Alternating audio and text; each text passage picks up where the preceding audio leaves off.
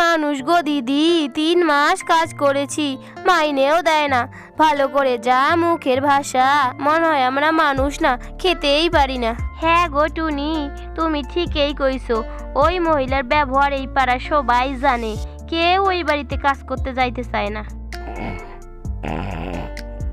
কি গো, ঘরে চাল নেই, কোনো আনাজ নেই, কাজে যেতে পারো না? এই তোমার মতো আলসিয়া মানুষ আমি এ জন্মে একটাও দেখি নেই। কি নাক দেখে পড়ে পড়ে ঘুমাচ্ছে রে বাবা। বাপের বাড়ি চলে যাবো এ আমি কইলাম। শান্তি নেই। এই জমি যাও বাপের বাড়ি, আমি আর একটা বিয়া করুম। তোরে আর আমার ভাল লাগে না, নয়া মাইয়ে নিয়ে আনুম। কি কইলি? আর একবার কদেহি সাহস কত গোলা কাইটে রাখুম। পালাই পালাই রে, কি ডাইনি মাইয়া আনছি। দাঁড়াও দাঁড়াও কইছি দাঁড়াও।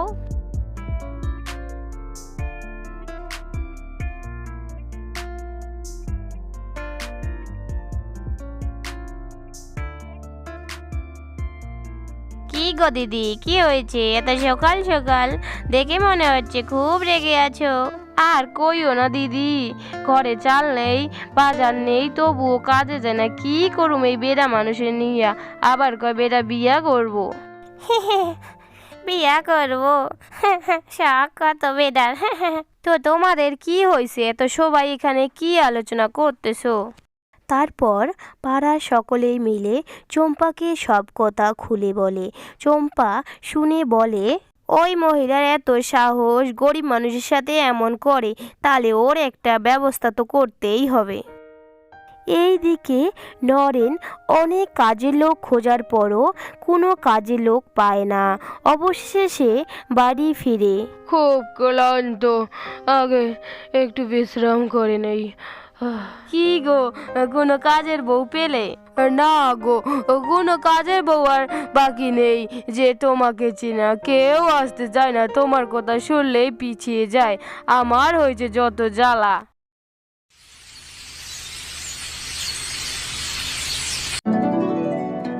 লা লা লা লা লা লা। সব ঠিক আছে, শ্বাসটা একেবারেই আমাকে মানাইছে। ও কি সুন্দর লাগছে আমাকে। কি গো, তুমি না কাজে যাইবা? তাহলে তোমার কি মনে হয় আমি মেলায় যামু? আরে তুমি রাগ করছো কে? শ্বাসটা দেখে তো তাই মনে হয়। আমি কতবার কইছি তুমি আমার সাজের দিকে নজর দিবা না। আমি যা সাজবো সাজবো, আর কিছু কমু না যাত্রা পথে, কোনো অশুভ কাজ করবও না। বাড়ি ফিরে আসি আগে, তোমার হবে। জানি না বাবা, এই কি দেই এই বুড়ো বেটার সাথে আমার মতো সুন্দরী মাইয়ের বিয়া দিয়েছে। জীবনটা একেবারেই ধনে পাতা বিচুটি পাতা কইরে দিয়েছে, তেজপাতা। ভগবান, একটু আমার মুখটা যাইয়া দেখো না। না, আর কথা কমু না, আমার আবার বেশি কথা কইতে ভালো লাগে না। তাড়াতাড়ি যাই। দিদি, আমি চম্পা রানী। দাঁড়াও দাঁড়াও, দিদি না মালকিন বলবে আমাকে। আমি আবার তোমার কোন মায়ের পেটের দিদি? প্রথম দিনেই লেট করছো তুমি। তখন কি কি কাজ করতে পারো? আগে তোমাদের বাড়িতে কি কি কাজ আছে? আমি রান্না করা, বাসন মাজা, কাপড় কাচা, জুতো সেলাই, ধোলাই, চণ্ডীপাত, রক্তপাত সবই করতে পারি। আর কিছু কি চাই? রান্না করা, বাসন মাজা, কাপড় কাচা, জুতো সেলাই, চণ্ডীপাত সবই তো বুঝলাম। ধোলাই ও রক্তপাত দুটো কাজ তো বাপের জন্মেও আগে শুনিনি। আমি তো মানুষের বাড়িতে কাজ করে বেড়াই, কারো কারো বাড়িতে ওই এক্সট্রা একটা কাজ থাকে না, তাই ভাবলুম তোমাগো বাড়িতে ওই এক্সট্রা একটা কাজ আছে বুঝি, তাই কইলাম। ব্যাস ব্যাস, অনেক হইছে বাপু, কাজে লেগে যাও। তুমি দেখি অনেক কথা বলো। কি কইলা? এই সাত সকালে বের হইছি সাইজা গুইজা না খাইয়া। আগে একটু চা খাওয়ান, একটু বিশ্রাম করি, তারপর কাজ হইব। তার আগে কিছুই হইব না। না না, এসব কিছু হবে না। যাও, আগে কাজ শুরু করো। তাহলে আমি গেলাম। আমি এই বাড়িতে কাজ করব না, অনেক বাড়ি আছে। দাঁড়াও দাঁড়াও, আসতেছি। কি গো শুনছো? ওই কাজের মেয়েটা নাকি আবার চা বানিয়ে দিতে হবে, না হলে আবার চলে যাবে। ও যা বলতেছে তাই শোনো, না হলে আবার সেও চলে যাবে। কত কষ্ট করে একটা কাজের লোক জোগাড় হয়েছে, এও চলে গেলে তোমাকে নিজে একা একা বাড়ির সব কাজ করতে হবে। না না বাবা, থাক, সকালবেলা এত এত কাজ আমি একা করতে পারবো না। আসো, বসো, চা নিয়ে আনছি।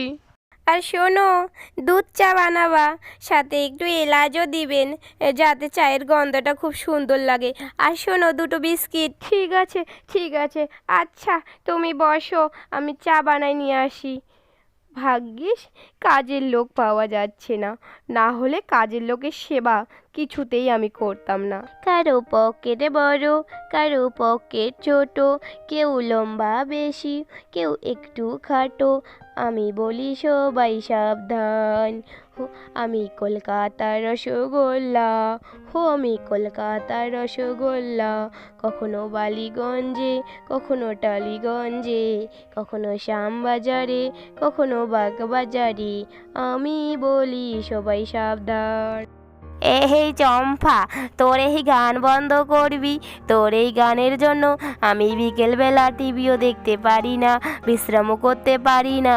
গান বন্ধ করবি তুই?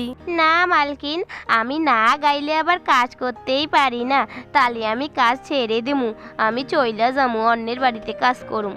না না, থাক, শুধু কোথায় কোথায় হুমকি। তোর যেভাবে ইচ্ছা সেভাবেই কাজ কর।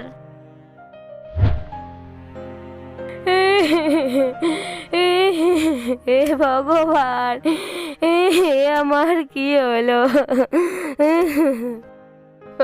কি হয়েছে গিন্নি, এই সাহস সকালে এত কান্নাকাটি? ওগো, আমি তোমার পায়ে পড়ি, তুমি এই চম্পাকে বাদ দিয়ে অন্য কোনো কাজের লোক নিয়ে আসো।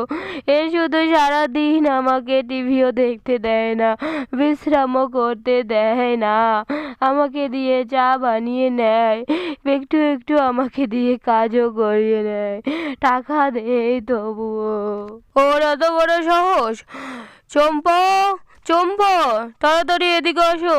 ও বলো দাদাবাবু, আমাকে কি ডাক বানাইছো? হ্যাঁ, তুমি তোমার মালকিনকে দিয়ে কাজ করায় নাও, বিশ্রামও করতে দাও না, টিভিও দেখতে দাও না, চা বানিয়ে নাও।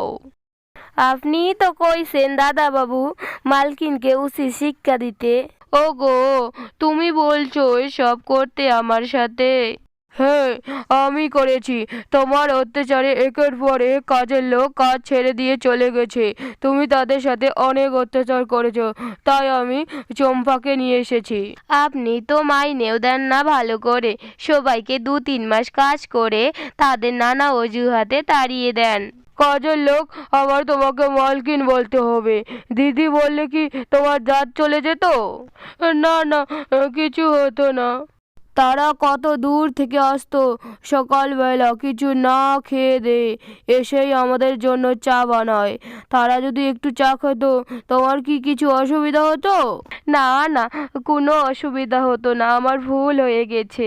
আপনি তো কাজের মাইয়ার দিয়ে বেশি বেশি করে কাজ করাইতেন, একটু বিশ্রামও করতে দিতেন না। ওগো, আমাকে আগে বললেই না হতো, এত কষ্ট দেওয়ার কি দরকার ছিল? তোমাকে আগে বললে তুমি কখনোই বুঝতে না যে ওরাও মানুষ, ওদেরও কষ্ট হয়, ওদেরও শরীর অসুস্থ হয়। আমরা টাকা দেই বলে যা ইচ্ছা তাই করতে পারি না ওদের সাথে।